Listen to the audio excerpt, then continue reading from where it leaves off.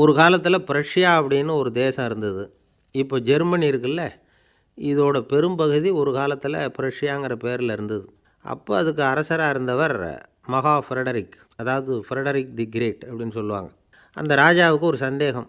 நாம் பல வகையான வரிகளை விதித்து வசூல் பண்ணுறோம், அப்படி பண்ணி வருமானம் குறைஞ்சிக்கிட்டே போகுதே, இதுக்கு என்ன காரணமாக இருக்கும்? இதுதான் அவருக்கு ஏற்பட்ட சந்தேகம். ஒரு சமயம் அந்த அரசர் தம்முடைய அமைச்சர்களையும் பிரபுக்களையும் தளபதிகளையும் கூப்பிட்டு ஒரு விருந்து வச்சார்.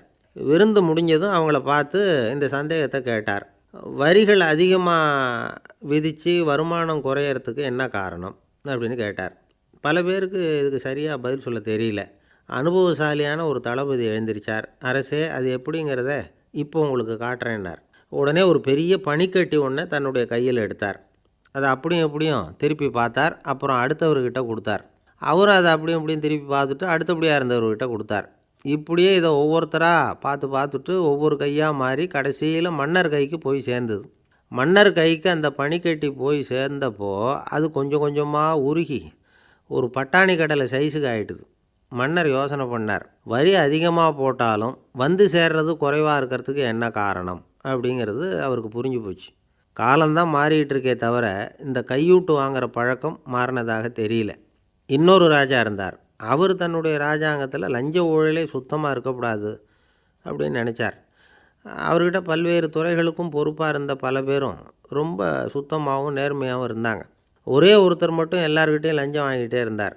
அவரை வேறு துறைகளுக்கு மாற்றி பார்த்தாரு. அந்த ராஜா என்னென்னமோ பண்ணி பார்க்குறாரு. எந்த வேலையை கொடுத்தாலும் அதுலேயும் லஞ்சம் வாங்கிறதுக்கு ஒரு வழியை உண்டு பண்ணிக்குவார் அந்த ஆள். ராஜாவுக்கு இது ஒரு பெரிய தலைவலியாக போட்டுது. இவர் என்ன பண்ணுறது, இவருக்கு என்ன வேலையை கொடுக்கறது, கொஞ்சம் கூட லஞ்சம் வாங்கிறதுக்கு சான்ஸே இல்லாத ஒரு வேலையை கொடுக்கணும் அப்படின்னு திட்டம் போட்டார். ஒரு நாள் அவருக்கு அந்த உத்தரவும் போட்டுட்டார். அதாவது அவருக்கு என்ன வேலைன்னா, கடற்கரையில் தான் அவருக்கு ஆஃபீஸ். அங்கேயே இருந்துக்க வேண்டியது. தினமும் எத்தனை கடல் அலை கரையில் வந்து மோதுது அப்படிங்கிறத கணக்கெடுத்து ராஜாவுக்கு தெரிவிக்க வேண்டியது. இதுதான் அவருக்கு வேலை. பேசாமல் அலையை எண்ணிட்டு உட்காந்துருக்கட்டும், அப்போவாவது அவர் லஞ்சம் வாங்குகிற சந்தர்ப்பம் இல்லாமல் போயிடும் அவருக்கு அப்படின்னு நினச்சார் ராஜா. இந்த ஆள் கடற்கரைக்கு போய் டியூட்டியில் ஜாயின் பண்ணிக்கிட்டார். ஒரே மாதத்தில் அங்கே சொந்தமாக ஒரு பிரம்மாண்டமான மாளிகை கட்டிவிட்டார். ராஜாவுக்கு இது பெரிய ஆச்சரியமாக போச்சு. அலையை என்ற வேலையில் அந்த ஆள் எப்படி பணம் சம்பாதிச்சார் அப்படின்னு விசாரித்து பார்த்தார் அக்கம் பக்கத்தில். அந்த ஆள் என்ன பண்ணியிருக்கிறாருன்னா, கடற்கரையில் போய் பொறுப்பை ஏற்றுக்கிட்ட உடனே அங்கே இருந்த மீனவர்கள்கிட்ட எல்லாம் இந்த கரையில் வந்து ஒரு நாளில் வந்து மோதுகிற அலைகள் எத்தனை அப்படின்னு கேட்டிருக்காரு. அது எப்படிங்க தெரியும்னு இருக்காங்க அவங்க. தினமும் அந்த எண்ணிக்கை தெரியணும். நம்ம ராஜாவுக்கு தினமும் அறிக்கை அனுப்பணும், டெய்லி ரிப்போர்ட்டு. தவறுனா நீங்கள் இந்த கடலில் போய் மீன் பிடிக்கிறதுக்கு ராஜாவோட அனுமதி கிடைக்காது அப்படின்ட்டுருக்கார். உடனே மீனவர்கள்லாம் பயந்து போட்டாங்க. கடலுக்கு போகிறதுக்கு அனுமதி இல்லைன்னா பட்டினி கிடக்கிறது மாதிரி ஆகிடுமே. மெதுவாக அந்த ஆளுக்கிட்ட போனாங்க. காதோட காதாக சொன்னாங்க, ஐயா, எங்களால் வந்து கடல் அலையை வந்து எண்ண முடியாது. தினமும் எங்களால் முடிஞ்சதை உங்களுக்கு பணமாக கொடுத்துட்றோம். நீங்கள் தான் ராஜா கிட்ட சிபாரிசு பண்ணி நாங்கள் தொடர்ந்து மீன் பிடிக்கிறதுக்கு அனுமதி வாங்கி கொடுக்கணும் அப்படின்னு வேண்டிக்கிட்டாங்க. பணம் தினமும் வந்து சேர ஆரம்பிச்சுட்டுது. பதவியில் மற்ற பதவியோட இந்த பதவி எவ்வளவோ மேல் அப்படின்னு நினச்சிட்டான் அந்த ஆள். அது மட்டும் இல்லை, தயவு பண்ணி என்னை இந்த இடத்த விட்டு மாற்றி விடாதீங்க சார் அப்படின்னு வேற கேட்க ஆரம்பிச்சிட்டானா. ஒரு ஊரில் ஒரு ஞானி இருக்கிறார். ரொம்ப பெரிய ஞானி. ரொம்ப வயசாகிட்டுது. கடைசி காலத்தில் அவர்கிட்ட சில பேர் வந்தாங்க. உங்கள் குரு யார் அப்படின்னு கேட்டாங்க. அவர் நிமிர்ந்து பார்த்தார். எனக்கு ஆயிரக்கணக்கான குருமார்கள் உண்டு. அவங்க பேரெல்லாம் சொல்லணும்னா இந்த காலம் பத்தாது. ஆனால் முக்கியமான ஒரு 3 பேரை பற்றி மட்டும் உங்களுக்கு சொல்கிறேன் அப்படின்னாராம். அப்புறம் சொன்னார், அந்த 3 பேரில் ஒருத்தன் ஒரு திருடன். ஒரு சமயம் ஒரு பாலைவனம் வழியாக நான் போய்கிட்டு இருந்தேன். அப்போது வழி தவறி போய் ஒரு கிராமத்துக்கு போயிட்டேன். அது இருட்டு நேரம், நடு ராத்திரி, ஊரே உறங்கி போச்சு. அந்த நேரத்தில் ஒரு ஆள் மட்டும் ஒரு வீட்டு சுவத்தில் ஏதோ பண்ணி உள்ளே நுழையிறதுக்கு முயற்சி பண்ணிகிட்ருக்கிறான். அவங்கிட்ட போய் நான் இன்றைக்கி இங்கே எங்கே தங்க முடியும் அப்படின்னு கேட்டேன். அதுக்கு அவன், இந்த ராத்திரி வேளையில் அது ரொம்ப சிரமம், ஒரு திருடனோட உங்களால் தங்க முடியும்னா நீங்கள் என்னோட தங்கலாம் அப்படின்னா. நான் அவங்க கூட 1 மாதம் தங்கியிருந்தேன். ஒவ்வொரு நாள் ராத்திரியும் இப்போ நான் என்னுடைய வேலைக்கு போகிறேன், நீங்கள் ஓய்வு எடுத்துக்கோங்க அப்படின்னு சொல்லிவிட்டு போவான். அவன் திரும்பி வந்த உடனே உனக்கு ஏதாவது கிடச்சிதான்னு நான் கேட்பேன். அதுக்கு அவன், இன்றைக்கி ராத்திரி ஒன்றும் இல்லை, நாளைக்கு மறுபடியும் முயற்சி பண்ணுவேன் அப்படின்பா. எப்பவும் அவன் நம்பிக்கை இழந்ததே கிடையாது. எப்பவும் சந்தோஷமாகவே இருப்பான். நானும் ரொம்ப காலமாக தியானம் பண்ணிக்கிட்டே இருந்தேன், ஒன்றுமே நடக்கலை. ஆனால் நான் என்ன பண்ணேன் தெரியுமா? மனசு வருத்தப்படும், நம்பிக்கை இழந்துருவேன். அப்போல்லாம் அந்த திருடனுடைய விடாமுயற்சி தான் ஞாபகத்துக்கு வரும். அதனால் அந்த திருடன் எனக்கு ஒரு குரு. என்னுடைய 2வது குரு யாருன்னா அது ஒரு நாய். இது எப்படின்னா, ஒரு சமயம் எனக்கு ரொம்ப தாகமாக இருந்தது. ஒரு நதியை நோக்கி போய்கிட்டு இருந்தேன். அப்போ ஒரு நாயும் வந்தது. அதுக்கும் தாகம். ஓடி வந்து ஆற்றை பார்த்துது. அதோட நிழல் வந்து ஆற்றுல தெரிஞ்சுது. அதை பார்த்ததும் பயந்துட்டுது. அதாவது அது தன்னுடைய சொந்த உருவத்தையே கண்டு பயந்தது. அதை பார்த்து குறைக்குது, திரும்பி ஓடிச்சு. ஆனால் அதுக்கு தாகம் அதிகமாக இருந்ததுனால அது மறுபடியும் திரும்பி வந்தது. பார்த்தா மறுபடியும் தண்ணியில் நாயோட உருவம் தெரியுது. இப்படி சில தடவை பண்ணிச்சு. இருந்தாலும் கடைசியில் தண்ணியில் குதிச்சுட்டுது துணிஞ்சி. இப்படி குதித்த உடனே அதோட உருவமும் மறைஞ்சுட்டுது. இதை பார்த்தேன். நான் என்ன புரிஞ்சுக்கிட்டேன்னா, எவ்வளவு தான் பயம் இருந்தால் கூட ஒருத்தன் தைரியமாக காரியத்தில் இறங்கணும் அப்படிங்கிறத புரிஞ்சுக்கிட்டேன். இந்த போதனை அந்த நாய்கிட்ட இருந்து எனக்கு கிடைச்சிது. இது ஒன்று. அடுத்தது என்னுடைய 3வது குரு யாருன்னா அது ஒரு சின்ன குழந்தை. நான் ஒரு சமயம் ஒரு நகரத்துக்கு போனேன். அங்கே ஒரு குழந்தை எரிகிற மெழுகுவத்தி ஒன்று எடுத்துக்கிட்டு வந்தது. நான் அந்த குழந்தைய பார்த்து வேடிக்கையாக கேட்டேன், ஏன் பாப்பா இந்த மெழுகுவத்தியை நீயாவே கொளுத்துனியா அப்படின்னு கேட்டேன். ஆமான்னுது அந்த குழந்தை. சரி, இந்த மெழுகுவத்தி முன்னாடி எரியாமல் இருந்தது, இப்போ எரியுது. இந்த மெழுகுவத்திக்கு வெளிச்சம் எங்கேருந்து வந்தது, அதை எனக்கு காட்ட முடியுமா அப்படின்னு கேட்டேன் அந்த குழந்தைகிட்ட.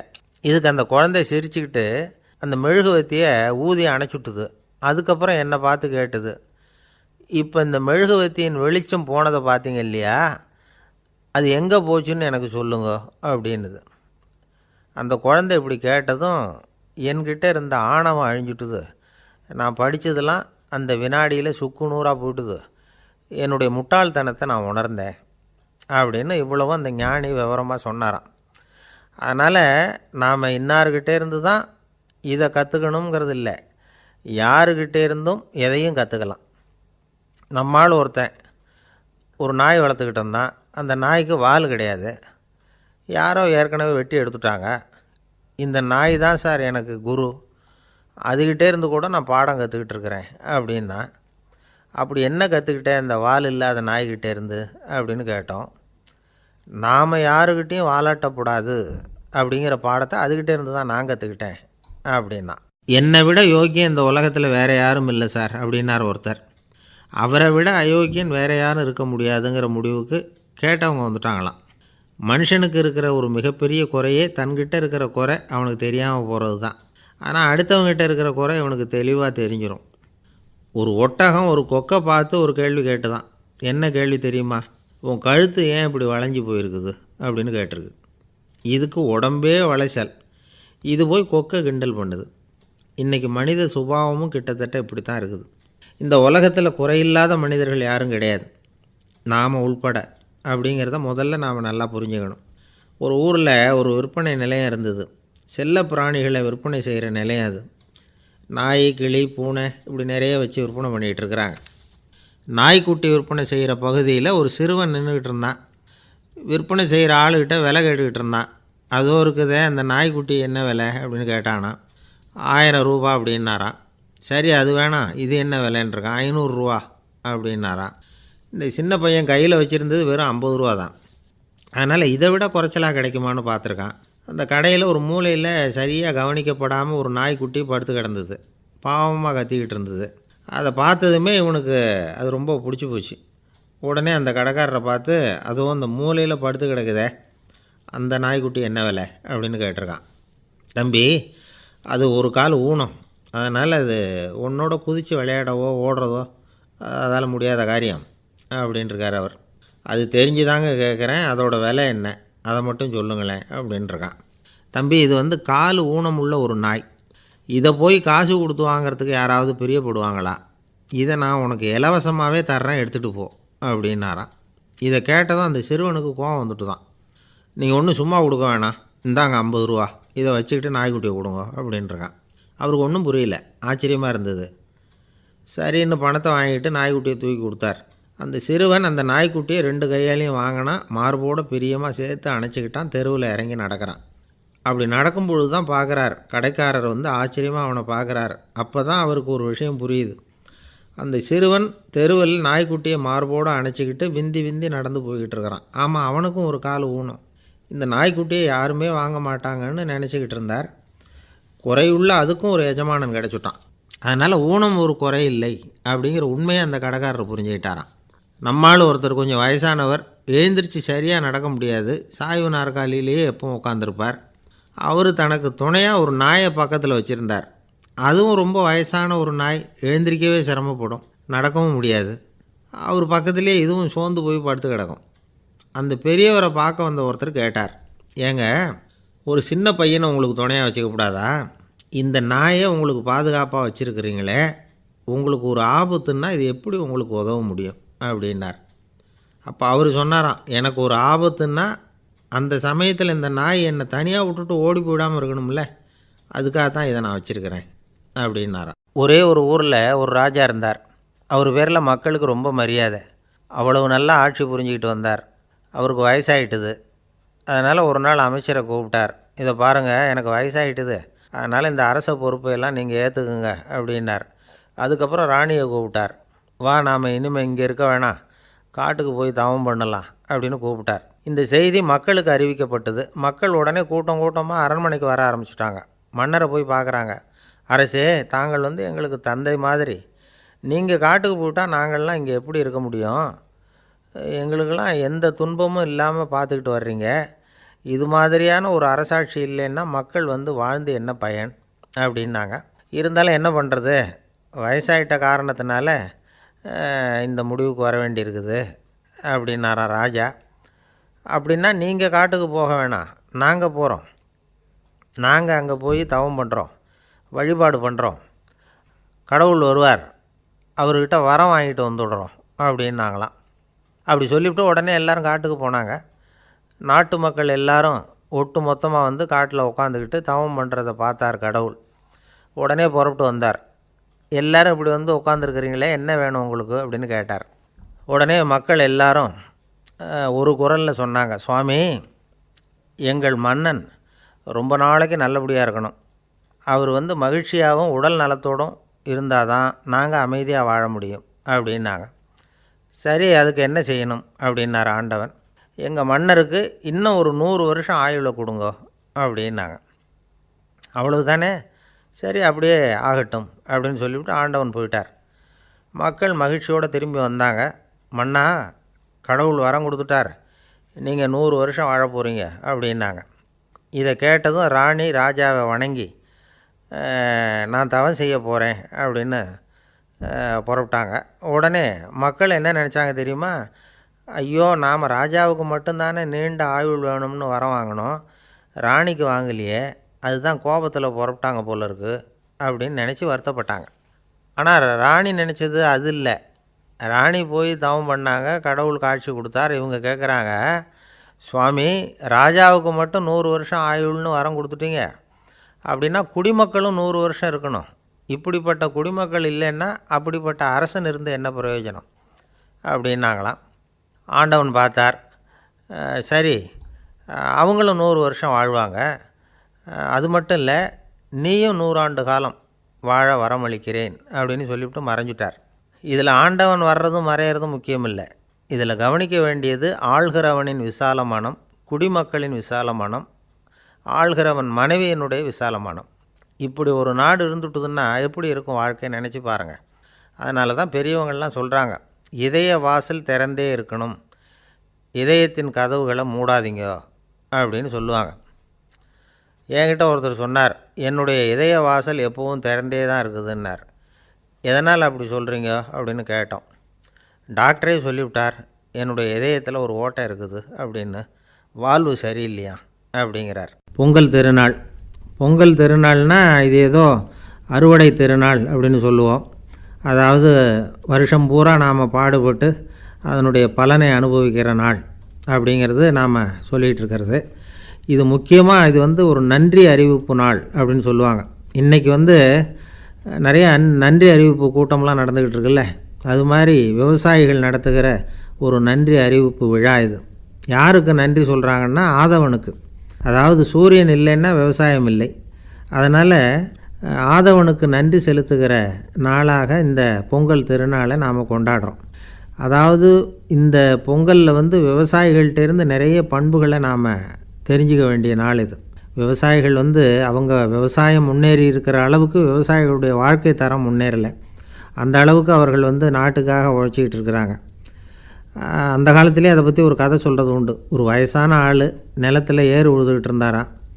கிழிஞ்சு போன ஒரு சின்ன துண்டை தான் இடுப்பில் கட்டியிருந்தாராம். தலையில் ஒரு கந்தலை சுற்றி இருந்தார். உடம்பு பூரா சேரு, ரொம்ப ஏழை. ஏறு ஓட்டிகிட்டு இருக்கிறவர் வேறு எப்படி இருப்பார்? இருந்தாலும் அந்த ஆள் ரொம்ப ஜாலியாக பாட்டு பாடிக்கிட்டே ஏறு உழுதுகிட்டு இருந்தாராம். உடம்புல தான் அவர் ஏழையை தவிர மனசில் ஒரு ஏழையாக தெரியல. அந்த சமயத்தில் அந்த நாட்டு ராஜா அந்த பக்கமாக குதிரை மேலே வந்தாராம். வேட்டைக்கு போயிட்டு பரிவாரங்களோடு திரும்பி வந்துக்கிட்டு இருக்கிறார். ரொம்ப செல்வ செழிப்பில் இருக்கிற ராஜா அவர் இந்த வயசான விவசாயியை பார்த்துருக்கார். இந்த ஆள் ரொம்பவும் ஏழைங்கிறது அவர் பார்த்தாவே பளிச்சுன்னு தெரியுது. கட்டிக்கிறதுக்கு நல்ல துணி இல்லை, உடம்போ இழைச்சி போயிருக்குது, வயிறு முதுகில் போய் ஒட்டிகிட்டு இருக்கு, கண்ணு குழி விழுந்து போயிருக்குது. ஆனாலும் முகத்தை பார்த்தா சந்தோஷமாக இருக்கிற மாதிரி இருக்குது. இவ்வளோ உற்சாகமாக பாடிக்கிட்டு இருக்கிறாரே அப்படின்னு ஆச்சரியமாக நினச்சி பார்த்தார் அந்த ராஜா. சரி, அவர்கிட்ட கொஞ்சம் பேச்சு கொடுத்து பார்க்கலாம் அப்படின்னு முடிவு பண்ணார். ஐயா பெரியவரே, இப்படி கொஞ்சம் வர முடியுமான்னாராம். பொழுது போகிறதுக்குள்ளே நான் இந்த வயல் பூரா உழவு ஓட்டி ஆகணும், அதனால் பேசுகிறதுக்கு நேரம் இல்லை அப்படின்னாராம் அந்த பெரியவர். என்ன அவ்வளவு அவசரமாக? மீதி இருந்தால் நாளைக்கு உழுதக்கூடாதா? அது சரி, உனக்கு எத்தனை ஏக்கர் நிலம் இருக்குது அப்படின்னு விசாரிச்சிருக்கார் ராஜா. எனக்குன்னு சொந்தமாக உள்ளங்கை அளவு கூட நிலம் கிடையாது. இது எங்கள் முதலாளியோட நிலம். இதை பூராவும் உழுது முடித்தா தான் அவர் கூலி கொடுப்பார். நான் கூலிக்கு உழுதுகிட்டு இருக்கிறேன். உங்ககிட்ட பேசிக்கிட்டு இருந்தால் அவருக்கு துரோகம் பண்ணது மாதிரி ஆகிடும் அப்படின்னாராம். ராஜா குதிரையை விட்டு கீழே இறங்கினார். வரப்பில் நடந்து அந்த பெரியவர்கிட்டயே போனாராம். சரி, ஒரு நாள் பூரா உழுதா உனக்கு எவ்வளவு கூலின்னு கேட்டிருக்கார். 8 அணா கூலி கிடைக்கும்னாராம் அவர். இது ரொம்ப காலத்துக்கு முன்னாடி நடந்த ஒரு சம்பவங்கிறதுனால அப்போ 8 அணா கூலிங்கிறது ரொம்ப பெருசு. இருந்தாலும் அதுவும் அந்த ராஜாவுக்கு பெரிய கூலியாக தெரியல. இவ்வளவு தானா, இதை வச்சுக்கிட்டு நீ எப்படி காலம் தள்ளுற அப்படின்னாராம். ஒன்றும் கவலை இல்லை அப்படின்னாராம் அவர். ராஜாவுக்கு ரொம்ப ஆச்சரியமாக போச்சு. 8 அணா கூலி வாங்குகிற இந்த ஆள் கவலை இல்லாமல் இருக்கிறார், ஏராளமான வசதியோடு இருக்கிறன்னா கவலை இல்லாமல் வாழ முடியலையே அப்படின்னு நினச்சி பார்த்துருக்கார். அது சரி, 8 அணாவில் எப்படி குடும்பம் நடத்துகிற அப்படின்னு கேட்டாராம். எனக்கு கிடைக்கிற 8 அணாவில் 2 அணா குடும்பத்துக்கு செலவழிக்கிறேன், 2 அணா பழைய கடனுக்கு கொடுக்குறேன், 2 அணா தர்மம் செய்கிறேன், 2 அணா வட்டிக்கு கொடுக்குறேன், ஒரு குறையும் இல்லைன்னாராம். ராஜாவுக்கு ஒன்றும் புரியல. எனக்கு ஒன்றும் புரியலேன்னு இருக்கார். ஐயா, எனக்கும் என் மனைவிக்கும் 2 அணா செலவாகுது. வயசான அம்மா அப்பா இருக்கிறாங்க, சின்ன வயசில் என்னை காப்பாற்றினவங்க அவங்க. அந்த கடனுக்கு 2 அணா செலவாகுது, அது பழைய கடன். என் தங்கச்சி ஒருத்தி ஆதரவு இல்லாத நிலைமையில் தன்னுடைய மகனோட என் வீட்டில் இருக்கிறா. அவளுக்கும் அவள் மகனுக்கும் 2 அணா செலவு பண்ணுறேன், அது தர்மம். எனக்கு 2 பிள்ளைங்க இருக்கிறாங்க, அவங்களுக்கு 2 அணா செலவு பண்ணுறேன், அது வட்டிக்கு கொடுக்கறது மாதிரி. பிற்காலத்தில் அவங்க எங்களை காப்பாற்றுவாங்க. அந்த வகையில் நான் திருப்தியோடு வாழ்ந்துக்கிட்டு இருக்கிறேன் அப்படின்னாராம். ராஜாவுக்கு அர்த்தம் புரிய ஆரம்பிச்சுதான். அந்த பெரிய நிலத்தை விலை கொடுத்து வாங்கி அந்த பெரியவருக்கே தானமாக கொடுத்துட்டாராம். இப்போ உழுதவருக்கே நிலம் சொந்தமாகிட்டுது. அன்னையிலேருந்து அரசனுக்கும் ஆறுதல் கிடைச்சிதான். இப்படி ஒரு கதை சொல்லுவாங்க. 8 அணா வருமானத்தை வச்சுக்கிட்டு எப்படி காலத்தை தள்ளுறதுன்னு சொல்கிறதுக்காக இந்த கதையை சொல்கிறதாக யாரும் தப்பாக நினச்சிக்கக்கூடாது. கிடைக்கிறத எப்படி பங்கு போடுறார், எப்படி திருப்தியாக வாழறார் அப்படிங்கிறது தான் முக்கியம். அது மாதிரி இன்றைக்கு இந்த பொங்கல் திருநாளில் உழவர்கள் மனசு மகிழ்ச்சியாக இருந்ததுன்னா அது எல்லாரும் மகிழ்ச்சியாக இருக்கிறது மாதிரி அர்த்தம். அதனால் அவர்கள்ட்டேருந்து நாம் பாடம் கற்றுக்கணும். சில உழவர்கள் தங்கள் நிலத்தில் விளையிறத தாங்கள் சாப்பிட மாட்டாங்க, அடுத்தவங்கள்ட்ட விற்றுட்டு சந்தையில் போய் வேறு அரிசி வாங்கிட்டு வந்து தான் இவங்க சாப்பிடுவாங்க. அப்படிப்பட்ட விவசாயிகள்லாம் இது உண்டு. பங்கிடுகிற பண்பை உழவர்கள்ட்டேருந்து கற்றுக்கொள்ளுங்கள் அப்படிம்பாங்க. ஒரு ஆள் நிம்மதியாக மகிழ்ச்சியாக இருந்தானா, உங்கள் நிம்மதிக்கும் மகிழ்ச்சிக்கும் என்ன காரணம்னு கேட்டிருக்கார் இன்னொருத்தர். என்கிட்ட இருந்தது பூராவையும் என் பிள்ளைங்களுக்கு சமமாக பங்கு போட்டு கொடுத்துட்டேன், எனக்குன்னு எதுவுமே வச்சுக்கல, அதுதான் நிம்மதிக்கு காரணம்ன்றிருக்கான். உங்ககிட்ட இருந்தது எவ்வளவு இருந்தது அப்படின்னு கேட்டிருக்காரு அவர். மொத்தமாக ஒரு 50,000 ரூபா இருக்கும் அப்படின்னு இருக்கான். அவ்வளவும் பணமாகவே இருந்ததா அப்படின்னு கேட்டிருக்காங்க இவங்க. இல்லைங்க, அவ்வளவும் கடன், அதை தான் பிரித்து கொடுத்துருக்கேன் பிள்ளைங்கக்கிட்ட அப்படின்னு நானும். அவன் ஒரு மனுஷனுக்கு 3 விதத்தில் கர்வம் உண்டாகிறதுக்கு வாய்ப்பு உண்டு. பணம், பதவி, புகழ். பணம் அதிகமாக வந்தால் கர்வம் வரலாம், பதவி பெருசாக வந்துட்டுதுன்னா கர்வம் வரலாம், புகழ் அதிகமாக போனாலும் கர்வம் வரலாம். இந்த 3 வகையான கர்வத்துக்கும் இடம் கொடுக்காமல் இருக்கிறாங்க பாருங்கள், அவங்க தான் சிறந்த மனிதர்கள். ஒரு பெரிய பொறுப்பில் இருக்கிறவங்களுக்கு கர்வம் வந்துடக்கூடாது. அப்படி வந்துட்டுதுன்னா அது எல்லாருக்கும் இடைஞ்சல். ஒரு ராஜா இருந்தார். அவர் ஒரு நாள் தன்னுடைய தலைநகரத்தை சுற்றி வந்துக்கிட்டு இருந்தார். ஒரு இடத்துல ஒரு அழகான நிலத்தை பார்த்தார். ஆஹா, இந்த இடத்துல நமக்குன்னு ஒரு மாளிகையை கட்டினா எவ்வளோ நல்லாயிருக்கும் அப்படின்னு நினச்சார். ராஜா நினச்சா அது முடியாத காரியமா? சரி, இந்த நிலம் யாருக்கு சொந்தம்னு விசாரிங்க அப்படின்னார் பக்கத்தில் இருந்தவங்கக்கிட்ட. அவங்கெல்லாம் ஓடி போய் விசாரித்தாங்க. அந்த இடம் ஒரு வயசான கிழவிக்கு சொந்தம், வயசான அம்மாவுக்கு சொந்தமாக. அந்த அம்மா தான் அதில் ஒரு குடிசையை போட்டு குடியிருந்துகிட்டு இருக்கிறாங்க. சரி, அந்த நிலத்துக்கு ஒரு விலையை நிர்ணயம் பண்ணி அதை அந்த வயசான அம்மாக்கிட்ட கொடுத்துருங்கோ அப்படின்னு உத்தரவு போட்டார் ராஜா. ஆனால் அந்த அம்மா, இது எங்கள் பூர்வீக இடம், இதை விற்க மாட்டேன் அப்படின்னு சொல்லிவிட்டுது. சரி, 2 பங்கு விலை கொடுக்குறோம்னு சொல்லி பாருங்க அப்படின்னாங்க. அப்படியே சொன்னாங்க அரண்மனை ஆட்கள். அதுக்கும் சம்மதிக்கலை அந்த அம்மா. இதை கேள்விப்பட்டதும் ராஜாவுக்கு கோபம் வந்துட்டுது. தன்னுடைய ஆளுங்களை கூப்பிட்டார். போய் அந்த குடிசையை பிரித்து எறிங்க, காசெல்லாம் ஒன்றும் கொடுக்காதீங்க அப்படின்னு கத்தினார். அவ்வளோதான். அடுத்த நிமிஷம் அரண்மனை ஆசாமிகள் போனாங்க, குடிசையை பிரித்து எரிஞ்சாங்க. அந்த வயசான அம்மா இருக்குது, அதுவும் அந்த இடத்த விட்டு துரத்தி விட்டாங்க. அந்த இடத்துல ஒரு அரச மாளிகையை கட்டி முடிச்சிட்டாங்க. அந்த வயசான அம்மா பாவம், ராஜாவே இப்படி பண்ணால் யார்கிட்ட போய் முறையிட முடியும்? ஒரு ஞானி இருந்தார், அவர்கிட்ட போய் சொன்னாங்க. அவர் இவங்க சொன்னதை கேட்டு மனசில் வச்சுக்கிட்டார். ஒரு நாள் அந்த ராஜாவே இந்த ஞானியை கூப்பிட்டார். புதுசாக ஒரு மாளிகை கட்டியிருக்கிறேன், வந்து பாருங்கன்னு. சரின்னு சொல்லி இந்த பெரியவர் ஒரு நாள் அந்த மாளிகைக்கு போனார். சும்மா போகல, ஒரு கழுதையையும் ஓட்டிகிட்டு போனார். கொஞ்சம் சாக்குகள், வெத்து சாக்கு, அதையும் எடுத்து கழுதை முதுகில் போட்டு கழுதையை ஓட்டிகிட்டு போகிறார். ராஜா பார்த்தார். அவருக்கு இது ஆச்சரியமாக இருந்தது. என்ன இது, மாளிகைக்கு வந்துட்டு போங்கன்னு கூப்பிட்டா கழுதை, சாக்கு இதெல்லாம் கொண்டு வராரே, ஒன்றும் புரியலையேன்னு நினச்சார். எதுக்காக இதெல்லாம்னு கேட்டார். அரசருடைய தோட்டத்திலேருந்து கொஞ்சம் மண் எடுத்துகிட்டு போகிறதுக்கு ஆசைப்படுறேன், அதுக்கு நீங்கள் அனுமதி கொடுக்கணும் அப்படின்னாரு இவர். இது என்ன வேடிக்கையான கோரிக்கையாக இருக்குது அப்படின்னு நினச்சார் ராஜா. இருந்தாலும் மண்ணு தானே கேட்குறாரு, எடுத்துகிட்டு போகட்டுமே அப்படின்னு நினச்சார். சரி, நான் அனுமதி கொடுத்தார். அந்த பெரியவர் தோட்டத்துக்கு போனார், மண்ணை வெட்டினார், சாக்கில் போட்டு நிரப்புனார். ராஜாவை கொஞ்சம் கிட்ட வாங்கன்னு கூப்பிட்டார். இந்த மண் மூட்டையை தூக்கி கழுதையோட முதுகில் வைக்கணும், கொஞ்சம் உதவி பண்ணுங்கன்னார். ஓ, பண்ணுறேனே அப்படின்னு சொல்லி ராஜா கிட்ட போனார். மூட்டையை தூக்கி பார்க்குறாரு, முடியல, திணறி போட்டார். இப்போ அந்த ஞானி பேசினாராம். அரசே, இந்த ஒரு சாக்கு மண்ணையே உங்களால் தூக்க முடியல, அந்த கிழவிகிட்ட இருந்து அந்த அக்கிரமமாக அபகரித்த இந்த தோட்டம் பூராவையும் சுமக்கணும்னு ஆசைப்படுறீங்களே, அது உங்களால் முடியுமா அப்படின்னு கேட்டாராம். ராஜா யோசனை பண்ண ஆரம்பித்தார். தன்னுடைய செயலுக்காக வருத்தப்பட்டாராம். அந்த வயசான அம்மாவை உடனடியாக வரவழைச்சார். தாயே, தப்பு பண்ணிட்டேன், என்னை மன்னிச்சுக்குங்க, இன்னையிலேருந்து இந்த மாளிகையும் தோட்டமும் உங்களுக்கு தான் சொந்தம் அப்படின்னு சொல்லிவிட்டாராம். போகிறப்ப இந்த உலகத்திலேருந்து எண்ணத்தை எடுத்துகிட்டு போக போகிறோம், அதனால் ரொம்பவும் அலட்டிக்க வேண்டியதில்லை, கர்வப்பட வேண்டியதில்லை அப்படிங்கிறது ஒரு பெரிய உபதேசம். ஒரு பெரிய மனுஷன் சாக கிடந்தார், ரொம்பவும் அழுதார். ஏன் அழறீங்க அப்படின்னு கேட்டாங்க சுற்றி இருந்தவங்க. நான் சாகிறதுக்காக கவலைப்படலை, நான் நம்ம ஜனங்களுக்காக எவ்வளவோ காரியம்லாம் செஞ்சுக்கிட்டு வந்தேன். நான் செஞ்சுக்கிட்டு வந்த சேவையை இனிமேல் யார் செய்ய போகிறாங்க, அது யாரால் முடியும், அதை நினச்சி தான் அழறேன் அப்படின்னாராம். ஒருத்தர் முன்னாடி வந்தார். அதுக்காக நீங்கள் கவலைப்படாதீங்க, உங்கள் சேவையை தொடர்ந்து செய்கிறதுக்கு என்ன மாதிரி இளைஞர் பட்டாலும் தயாராக இருக்குது, இருந்தாலும் எங்கள் கவலை என்னென்னா அப்படின்னு இழுத்தார்.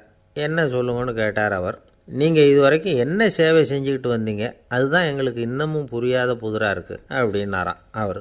ஒருத்தரை பார்த்து உன்னுடைய நண்பர்கள் யார் அப்படின்னு ஒரு கேள்வி கேட்டு பாருங்க, கொஞ்சம் யோசித்து பதில் சொல்லுவாங்க.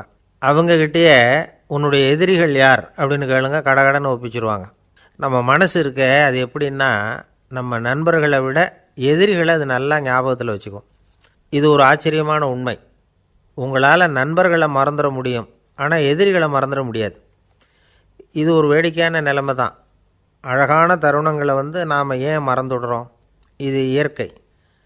ஏன்னா நம்ம மனசு மலர்களை கவனிக்கிறதில்ல, அதில் இருக்கிற முள்ளை தான் கவனிக்குது. தன்னை காயப்படுத்துகிற எதையும் அது உடனே கண்டுகொள்ளுது. ஒரு தெளிந்த சிந்தனை உடைய மனசு மிக அழகாக உள்ள எல்லாத்தையும் கவனிக்கும். அது நன்றியுடன் உணரக்கூடிய எல்லாத்தையும் பார்த்து குறிச்சிக்கும். இப்படிப்பட்டவங்க வாழ்க்கை இயல்பாகவே நல்லா அமையும். அது ரொம்ப அபூர்வம். மனசில் உள்ள ஒரு சிறிய அமைப்பை மாற்றுவதை பொறுத்து தான் இந்த விஷயம் அப்படிங்கிறார் ஓஷோ. ஒரு யூத கோவில் இருந்து தான், அது யூதர்களின் மடமாகவும் இருந்தது. அங்கே ஒரு தலைமை குரு, அவர் ரொம்ப கண்டிப்பானவர். அந்த கோவிலை ஒட்டி ஒரு தோட்டம். ஒரு நாள் காலையில் அந்த தோட்டத்தில் 2 இளம் யூதர்கள் நடந்து போய்கிட்டு இருக்கிறாங்க. காலையில் 1 மணி நேரம், மாலையில் 1 மணி நேரம் அவங்க அந்த தோட்டத்தில் நடக்கிறதுக்கு அனுமதி உண்டு. மற்ற நேரங்களில் அவங்க மத புத்தகங்களை படிக்கணும், பிற விதிமுறைகளை கடைபிடிக்கணும். அந்த 2 பேருமே தொடர்ந்து புகைப்பிடிக்கிற பழக்கம் உள்ளவங்க. ஆனால் கோவில் மடத்தில் இருக்கிறப்போ அவங்க புகைப்பிடிக்க முடியாது, அது கடுமையான குற்றம். சரி, நாம் தோட்டத்தில் இருக்கிறப்போவாவது புகைப்பிடிக்கலாமா அப்படின்னு ஒரு ஆசை அவங்க 2 பேருக்குமே. இருந்தாலும் பயம். இப்படி கேட்டால் மதகுரு என்ன சொல்லுவாரோ அல்லது என்ன செய்வாரோங்கிற பயம். இப்படியே கொஞ்ச நாள் ஆச்சு. ஒரு நாள் இந்த 2 பேரில் ஒருத்தன் ரொம்ப கலங்கி போய் அந்த கோவிலிருந்து வெளியில் வந்துக்கிட்டு இருந்தான். வந்தவன் நேராக தோட்டத்து பக்கம் போனான். அங்கே இன்னொருத்தன் ஆனந்தமாக புகை பிடிச்சிக்கிட்டு இருக்கிறான். அதை பார்த்து தான் இவனுக்கு அதிர்ச்சி. அட கடவுளே, என்ன இது, நீ கேட்காமலே ஆரம்பிச்சிட்டியா அப்படின்னா. இல்லை நான் கேட்டுவிட்டு தான் ஆரம்பிச்சிருக்கேன்னா அவன். அப்படியா, என்ன மனுஷன் இவர், நானும் தான் கேட்டேன், என்ன கண்ணாபுண்ணான்னு திட்டிவிட்டார். இது என்ன கோவிலா இல்லை நரகமா? உனக்கு புகை பிடிக்கணும்னு ஆசையாக இருந்தால் நரகத்துக்கு போகணும்னு சொல்லிவிட்டார். அது சரி, உன்னை மட்டும் எப்படி அனுமதிச்சார் அப்படின்னு கேட்டான் இவன். அவன் சிரிச்சுக்கிட்டே, நீ எப்படி கேட்ட சொல்லு அப்படின்னா. நாம் இந்த தோட்டத்துக்கு வர அனுமதிக்கப்பட்டிருக்கிறதே ஜபத்துக்காகத்தானே, அதனால் நான் ஜபம் சொல்லும் பொழுது புகை பிடிக்கலாமா அப்படின்னு கேட்டேன். அதுக்கு தான் அவர் சத்தம் போட்டு என்னை அடிக்கவே வந்துட்டார் அப்படின்னா இவன். நீ ஒரு மாதிரியாக கேட்டிருக்க, நான் வேறு மாதிரியாக கேட்டிருக்கிறேன். ஜபம் சொல்லும்போது புகை பிடிக்கலாமான்னு நீ கேட்டிருக்க. ஐயா, புகை பிடிக்கும் பொழுது ஜபிக்கலாமா அப்படின்னு நான் கேட்டேன். அதில் தப்பு ஒன்றும் இல்லை அப்படின்னு பதில் சொல்லிட்டார் அப்படின்னா. ஒரு சிறிய மாற்றம்தான் அது மிகப்பெரிய மாறுதலை ஏற்படுத்தி விட்டது. மனசு நல்ல விதமாக சிந்திக்க ஆரம்பிச்சுட்டுதுன்னா மகிழ்ச்சிக்கு பஞ்சம் இல்லை. ஒரு கஞ்சன் ஆற்றுல விழுந்துட்டான். வெள்ளத்தில் தத்தளிச்சிக்கிட்டு இருக்கிறான். கரையில் நின்ன ஒருத்தர், உன் கையை கொண்டா இப்படி பிடிச்சி இழுத்து கரையில் சேர்த்து விட்றேன்னார். எதையும் கொடுத்து பழக்கம் இல்லாத அவன் கையையும் கொடுக்க மாட்டேன்னுட்டான். இவர் பார்த்தார். உன் கையை கொடுன்னு சொல்கிறதுக்கு பதிலாக நான் என் கையை கொடுக்குறேன் பிடிச்சிக்கோ அப்படின்னார். அவன் கப்புன்னு பிடிச்சிக்கிட்டான், இழுத்து கரையில் போட்டார். உலகத்தில் எது எதுக்கும் ஆராய்ச்சி கூடங்கள் இருக்குதுல்ல, அது மாதிரி தூக்கத்தை பற்றி ஆராய்ச்சி பண்ணுறதுக்கு ஒரு ஆராய்ச்சி கூடம் இருக்குது. அப்படி ஆராய்ச்சி பண்ணணும்னா அதுக்கு மூழ்கிக்கிட்டு இருக்கணும்ல. அதனால தான் அந்த ஆராய்ச்சி கூடம் இங்கே இல்லை. அமெரிக்காவில் பாஸ்டன் பல்கலைக்கழக மருத்துவமனையில் அது இருக்குது. அங்கே தூக்கத்தை பற்றி பலவிதமான ஆராய்ச்சிகள் பண்ணிகிட்டு இருக்கிறாங்க. அந்த ஆராய்ச்சி கூடத்தில் இயக்குனராக இருக்கிற ஒரு நிபுணர், அவர் என்ன சொல்கிறார் தெரியுமா? உங்களுக்கு தூக்கம் வரலையா, நீங்கள் நல்லா தூங்கிறதுக்கு தாராளமாக சில யோசனைகளை என்னால் சொல்ல முடியும் அப்படிங்கிறார். யோசனை தானே, காசா பணமாக கேட்டு வச்சுக்கலாமே. உணவு, மனநிலை, தூங்கும் இடத்தோட சூழ்நிலை, படுக்கைக்கு செல்கிறப்போ உள்ள பழக்க வழக்கங்கள், இது காரணமாக ஒருத்தருக்கு தூக்கம் வராமல் போகலாம். தூக்கம் வராததுக்கு இதுதான் காரணம்னா அதையெல்லாம் சுலபமாக கட்டுப்படுத்தலாங்கிறார் அவர். தூக்கத்தை வரவழைக்கக்கூடிய ஒரு நல்ல மருந்து உடற்பயிற்சி. ஆனால் ஒன்று, படுக்க போகிற நேரத்தில் இது மாதிரி உடற்பயிற்சிகள் எல்லாம் செய்யக்கூடாது. கொஞ்சம் முன்னாடி பகல்லையே இந்த பயிற்சிகளை செய்கிறது நல்லது. தூக்கம் வராமல் அவதிப்படுறவங்க பிற்பகல் நேரங்களில் காஃபி, டீ இது மாதிரி பானங்களை சாப்பிடக்கூடாது. மது அருந்துறது கூட தூக்கத்தை பாதிக்கும். வெது வெதுப்பான நீரில் குளிக்கிறது, தியானத்தில் ஈடுபடுறது, ஓய்வாக இருக்கிறது, படுக்கிறது, அதாவது படுக்கிறதுக்கு முன்னாடி ஒரு குவளை பால் சாப்பிட்றது, இதெல்லாம் தூக்கத்தை வரவழைக்கிறது ரொம்ப உதவியாக இருக்கும். இன்னொரு விஷயம் என்னென்னா, தூங்கி ஆகணுமேங்கிற கவலை வேண்டியதில்லை. அப்படி நினச்சி கவலைப்படுறதை விட்டுடணும். தூக்கம் வரலையா, உடனே படுக்கையை விட்டு எழுந்திரிக்க வேண்டியது. வெளியில் வாங்க, வேறு ஏதாவது வேலையில் ஈடுபடுங்க, கொஞ்சம் நேரம் உலாவுங்க, அல்லது ஏதாவது ஒரு புஸ்தகத்தை எடுத்து படிங்க. களைப்பு ஏற்பட்டால் மறுபடியும் படுக்கைக்கு போங்க, தூக்கம் தானாக வந்துடும்.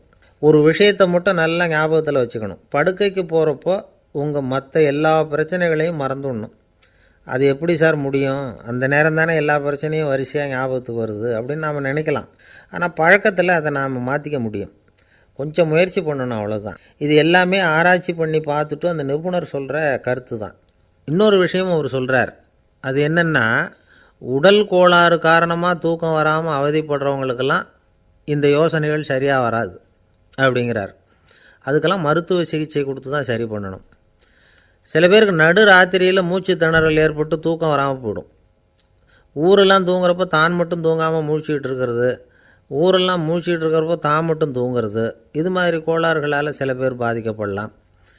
கால் தசை முறுக்கிக்கிறதுனால சில பேருக்கு அடிக்கடி விழிப்பு வரலாம். மன அழற்சி காரணமாக சில பேருக்கு தூக்கம் வராது. இது மாதிரி கோளாறுகளுக்கெல்லாம் அதுக்கு தகுந்த மாதிரி சிகிச்சை கொடுத்து தான் சரி பண்ண வேண்டியிருக்கும். எந்த கோளாறும் இல்லாமல் தூக்கம் வரலைன்னா ஆரம்பத்தில் சொன்ன முறைகளை கடைப்பிடிச்சி பார்க்கலாம். தூக்கம் வந்ததுன்னா யோசனை சொன்ன அந்த நிபுணருக்கு நன்றி சொல்லலாம். ஒருத்தர், ஏன் சார் பஸ்ஸில் தூங்குறது கெட்ட பழக்கமானு கேட்டார். இல்லையே, நான் கூட பஸ்ஸில் போகிறப்ப தூங்கிட்டு தானே போவேன் அப்படின்னார் இன்னொருத்தர். அப்புறம் ஏன் என்ன டிரைவர் வேலை வேணாம்னு வீட்டுக்கு அனுப்பி வச்சுட்டாங்க அப்படின்னாராம் அவர். ஒரு தந்தை தன்னோட பிள்ளைய ரொம்ப தைரியசாலியாக வளர்க்கணும்னு ஆசைப்பட்டார். அதுக்காக அவனை கூப்பிட்டு உட்கார வச்சு இப்படி உபதேசம் பண்ணார். இதை பாருப்பா, நான் உன்னாட்டம் இருக்கிறப்போலாம் எதுக்கும் பயப்பட மாட்டேன், ரொம்ப துணிச்சலாக இருப்பேன். ஒரு நாள் ஒரு அப்பாவி எலியை ஒரு பூனை துரத்திட்டு ஓடிச்சு. நான் உடனே என்ன செஞ்சேன் தெரியுமா? அந்த பூனையை பிடிச்சேன், அது வாலில் ஒரு பட்டாசு சரத்தை கட்டினேன், கொளுத்தி விட்டேன், படபடன்னு வெடிக்க ஆரம்பிச்சுட்டுது. அது துள்ளிக்கிட்டு அங்கேயும் இங்கேயும் ஓடி இருக்கு பாரு ஓட்டம், ரொம்ப தமாஷு அப்படின்னார் அப்பா. இப்படி சொல்லிவிட்டு பையனை பார்த்து, இதை கேட்குறதுக்கு உனக்கும் துணிச்சல் வருதா? நான் என்னுடைய செயலை நீ கேட்குறப்போ உனக்கு துணிச்சல் வருதா அப்படின்னு கேட்டார். வருதுன்னா பையன். எப்படின்னா அப்படிங்கிற விவரத்தையும் சொன்னான் அவன். அதாவது, எலியை விரட்டினத்துக்காக பூனை வாலில் பட்டாசு கொளுத்துனீங்க நீங்கள், பூனையை விரட்டினத்துக்காக உங்கள் கழுத்தில் பட்டாசு சரத்தை மாட்டினா என்னென்னு தோணுது எனக்கு அப்படின்னு நான் பையன். பையனோட துணிச்சல் அப்பாவே நடுங்க வச்சுட்டுது. அது சரி, ஒரு அப்பா பிள்ளைக்கு இப்படியா உபதேசம் பண்ணுறது? எல்லாருக்கிட்டையும் அன்பாக பழகிறது எப்படி அப்படின்னு சொல்லி கொடுக்கணும். பிஞ்சு உள்ளங்களில் நஞ்சை தூவலாமா? ஒரு நாள் விநாயகர் ஒரு பூனையோடு விளையாடிக்கிட்டு இருந்தாராம். அப்படி ஆசையாக விளையாடிக்கிட்டு இருந்தப்போ அவரோட கை நகம் தவறுதெல்லாம் பூனையோட முகத்தில் பட்டுட்டு தான். அது ஒரு சின்ன கீறலை உண்டாகி விட்டுது. அப்போ அவர் அதை ஒரு பெருசாக நினைக்கல. கொஞ்ச நேரத்துக்கு அப்புறம் விநாயகர் வீட்டுக்கு வந்தார். அவங்க அம்மா பார்வதி தேவியை பார்த்தார். பார்வதி தேவி கன்னத்தில் விரலால் கீறினது மாதிரி ஒரு அடையாளம் இருந்தது. விநாயகருக்கு அதிர்ச்சி, ஆச்சரியம். நம்ம அம்மா இந்த உலகத்துக்கே தாயார், அப்பேற்பட்ட அவங்க முகத்திலேயே கீறலை உண்டாக்கக்கூடியவங்க யாராக இருக்க முடியும் அப்படின்னு யோசனை பண்ணார். தாயே, உன்னுடைய கன்னத்தில் இந்த வடு எப்படிம்மா ஏற்பட்டதுன்னு கேட்டார். குழந்தாய், இது நீ செஞ்ச காரியம்தான்ப்பா, உன்னுடைய கை நகம் கீறினதுனால ஏற்பட்ட வடு தான் இது அப்படின்னாங்க அவங்க. விநாயகர் திடுக்கிட்டு போட்டார். எப்படிம்மா அது? நான் எந்த காலத்துலேயும் ஒன்று அப்படி கீறினதாக எனக்கு நினைவு இல்லையே அப்படின்னார். இன்றைக்கி காலையில் ஒரு பூனையை கீறினதை நீ மறந்துட்டியா அப்படின்னாங்க அந்த அம்மா. விநாயகர் திகைச்சு போய் நின்னார். பார்வதி தேவி சொன்னாங்க, இதை பாருப்பா, இந்த உலகத்தில் இருக்கக்கூடிய எல்லா உயிர்கள்லேயும் நான் இருக்கிறேன், நான் தான் இந்த உலகமாக ஆகியிருக்கிறேன். ஆகையினால நீ யாரை துன்புறுத்தினாலும் அது உண்மையிலேயே என்ன துன்புறுத்தினதாக தான் வந்து முடியும் அப்படின்னாங்க. விநாயகர் மனசுக்குள்ளே ஒரு வெளிச்சம் ஏற்பட்டு தான். அதுக்கப்புறம் அவர் யாரையுமே கல்யாணம் பண்ணிக்காததுக்கு அதுதான் காரணமாக. இந்த உலகத்தில் எல்லாரையும், இங்கே இருக்கிற எல்லாத்தையும் தாயின் வடிவமாக அவர் பார்க்க ஆரம்பிச்சிட்டாராம். குருதேவர் ராமகிருஷ்ணர் இந்த கதையை எடுத்து சொல்லியிருக்கிறார். நபிகள் நாயகம் ஒரு தடவை ஒரு நாற்காலியில் உட்காந்து என்னமோ யோசனை பண்ணிகிட்டு இருந்திருக்கிறார். அப்போ அவரோட உடையில் ஒரு கீழ்ப்பகுதி தரையில் படிஞ்சு கிடந்திருக்குது. அங்கே விளையாடிக்கிட்டு இருந்த ஒரு பூனை அது மேலே வந்து படுத்து தூங்கி போச்சு. தொழுகை செய்ய வேண்டிய நேரம் வந்துட்டுது. நபிகள் நாயகம் எழுந்திருக்க பார்த்தார். அப்போ தான் பூனை தன்னோட உடை மேலே படுத்து தூங்கிட்டு இருக்கிறது கண்ணில் படுது. பூனையோட தூக்கத்தை கலைக்க விரும்பல அவர். தன்னுடைய சகோதரியை கூப்பிட்டார். ஒரு கத்திரிக்கோள் எடுத்துகிட்டு வர சொன்னார். பூனை படுத்திருந்த உடைப்பகுதி மட்டும் இருக்குல்ல, அதை மட்டும் அதோட கத்திரிச்சு விட்டுட்டு அதுக்கப்புறம் அவர் எழுந்திரிச்சு தொழுகைக்கு போனாராம். அதாவது பிற உயிர்கள்கிட்ட எப்படி அன்பு காட்டணுங்கிறத பெரியவங்க எவ்வளவோ விதத்தில் நமக்கு எடுத்து காட்டியிருக்கிறாங்க. இருந்தாலும் எத்தனை பேர் மனசில் அதெல்லாம் உரைச்சிருக்குது? நாமளும் நம்ம ட்ரெஸ்ஸு மேலே ஒரு பூனை படுத்திருந்தா ஒரு கத்தரிக்கோலை தான் தேடுவோம், எடுத்துக்கிட்டு வர சொல்லுவோம். துணியை வெட்டுறதுக்கு பதிலாக இல்லை அதோட வாழை வெட்டினா என்ன அப்படின்னு தோணும். ஒரு ஆள் ரொம்ப பிரியமாக ஒரு பூனையை ஆற்றுல குளிப்பாட்டிக்கிட்டு இருந்தானா. எப்படி? அந்த பூனையை ஆற்று தண்ணியில் அமுக்கி அமுக்கி குளிப்பாட்டிக்கிட்டு இருக்கிறான். அந்த வழியாக போன பெரியவர் ஒருத்தர் இதை பார்த்தார். இதை பார்ப்பா, பூனையை அது மாதிரி ஆற்று தண்ணியில் அமுக்கி குளிப்பாட்டாத, மூச்சு திணறி செத்து போடும் அப்படின்னு அட்வைஸ் பண்ணார். நீ போய் அவன் வேலையை பார்த்துக்கிட்டு, எனக்கு எல்லாம் தெரியும்னா இவன். சரின்னு அவர் போயிட்டார். கொஞ்ச நேரம் கழித்து அவரே அந்த வழியாக திரும்பி வந்துக்கிட்டு இருந்தார். ஆற்றுல பூனையை குளிப்பாட்டிக்கிட்டு இருந்தவன் அழுதுகிட்டு உட்காந்துருக்கிறான். பக்கத்தில் அந்த பூனை செத்து கிடக்குது. இதை பார்த்தார் பெரியவர். நான் தான் அப்போவே சொன்னேனே அந்த பூனையை ஆற்றுல நினைக்காதேன்னு, அதை கேட்டிருந்தா இப்படி ஆயிருக்குமா அப்படின்னார். அந்த ஆள் கோபமாக இவரை முறைச்சி பார்த்தான். அட போய்யா, இந்த பூனை ஆற்றுல குளித்ததுனால ஒன்றும் செத்து போகல, குளித்ததுக்கப்புறம் அதோட உடம்பு ஈரமாக இருக்குதுன்னு அதை புழிஞ்சேன், அதனால தான் இப்படி ஆயிட்டுது அப்படின்னு நானா. ஒருத்தர் அவசரமாக போய்கிட்டு இருந்தார். எங்கே போய்கிட்டு இருக்கீங்க அப்படின்னு கேட்டார் ஒரு பெரியவர். கடைக்கு போகிறேன் சார், சாமான் வாங்கிறதுக்கு அப்படின்னார். அங்கே போகிறதுக்கு முன்னாடி தெரிஞ்சிக்க வேண்டியதெல்லாம் தெரிஞ்சுக்கிட்டீங்களா அப்படின்னு கேட்டார் பெரியவர். கடைக்கு போய் காசை கொடுத்து ஒரு பொருளை வாங்கிட்டு வரப்போகிறோம், இதில் தெரிஞ்சிக்க வேண்டியது என்ன இருக்குது அப்படின்னார் அலட்சியமாக. இப்போ அந்த பெரியவர் பேச ஆரம்பித்தார். இந்த உலகத்தில் எந்த ஒரு செயலில் இறங்குறப்பவும் நாம் நல்லா ஆலோசனை பண்ண வேண்டிய விஷயம் 5 அப்படின்னார். உதாரணமாக, ஒருத்தன் கடைக்கு போய் ஏதோ ஒரு பொருளை வாங்கிட்டு வர போகிறான்னு வச்சுக்கங்களேன். அப்போ கூட அவன் 5 விஷயங்களை பற்றி தெரிஞ்சுக்க வேண்டியிருக்குது அப்படிங்கிறார் அவர். முதல்ல அந்த பொருள் எப்படிப்பட்டது அப்படிங்கிறத தெரிஞ்சுக்கணும். ரெண்டாவதாக தன்னை பற்றியும் தெரிஞ்சுக்கணும். அப்போ தான் அந்த பொருள் தனக்கு தேவையா இல்லையா அப்படிங்கிறத புரிஞ்சுக்க முடியும். மூணாவதாக தெரிஞ்சுக்க வேண்டியது ஒன்று இருக்குது. அது என்னென்னா, அந்த பொருளை அடையிறதுக்கு வழி என்ன அப்படிங்கிறத தெரிஞ்சுக்கணும். அதாவது எவ்வளவு பணம் கொடுத்தா அது கிடைக்கும், இது மாதிரியான விஷயங்கள். நாலாவதாக அந்த பொருளை அடையிறது மூலமாக நாம் அடையக்கூடிய பயன் என்ன அப்படிங்கிறதையும் உணரணும். அஞ்சாவது, அந்த பொருளை அடையிறதுல இருக்கக்கூடிய தடை எது அப்படிங்கிறதையும் நாம் தெரிஞ்சுக்கணும். பெரியவர் பேசுகிறது ஏதோ தத்துவம் மாதிரி தெரியுது இல்லையா? தத்துவம்தான். அதாவது இப்படி உலகியல் வாழ்க்கையில் சின்ன சின்ன விஷயங்கள்லேயே நாம் 5 விஷயங்களை தெரிஞ்சுக்க வேண்டியிருக்குது. அது ரொம்ப அவசியமாக இருக்குது. பேரின்ப நிலைன்னு சொல்கிறாங்கள்ல, அது மாதிரி பெரிய சமாச்சாரங்கள்லேயும் இந்த 5 விஷயங்களை நாம் தெரிஞ்சுக்க வேண்டியிருக்குது. அதுக்கு பேர் என்னென்னா அர்த்த பஞ்சகம். வைணவ சமயத்தில் அர்த்த பஞ்சகம்ங்கிறது ரொம்ப பெரிய விஷயம். கடைக்கு போகிறது மாதிரி கடவுளை பார்க்க போகிறப்பவும் நாம் 5 விஷயங்களை தெரிஞ்சுக்கணுமா. முதல்ல பரம்பொருள் அப்படிங்கிறது என்ன, அதோட தன்மைகள் என்ன, இதை தெரிஞ்சுக்கணும். இதுக்கு பேர் என்னென்னா பரமாத்ம ஸ்வரூபம் அப்படின்னு பேர். ரெண்டாவது, நாம் யார், நம்மோட தன்மை என்ன அப்படிங்கிறத தெரிஞ்சுக்கணும். நான் யாருன்னு எனக்கே தெரியலங்கிறப்போ இதை நான் சொல்கிறேன்னு இது என்னுடையதுன்னு சொல்கிறது தப்பு தானே. அப்புறம் மூணாவது விஷயம், பரம்பொருளை நாம் அடையிறதுக்கு வழி எது, இதை தெரிஞ்சுக்கணும். இது உபாய ஸ்வரூபம் அப்படின்னு பேர். நாலாவது விஷயம், நாம் அடைய வேண்டிய பயன்கள் என்ன அப்படிங்கிறத தெரிஞ்சுக்கிறது.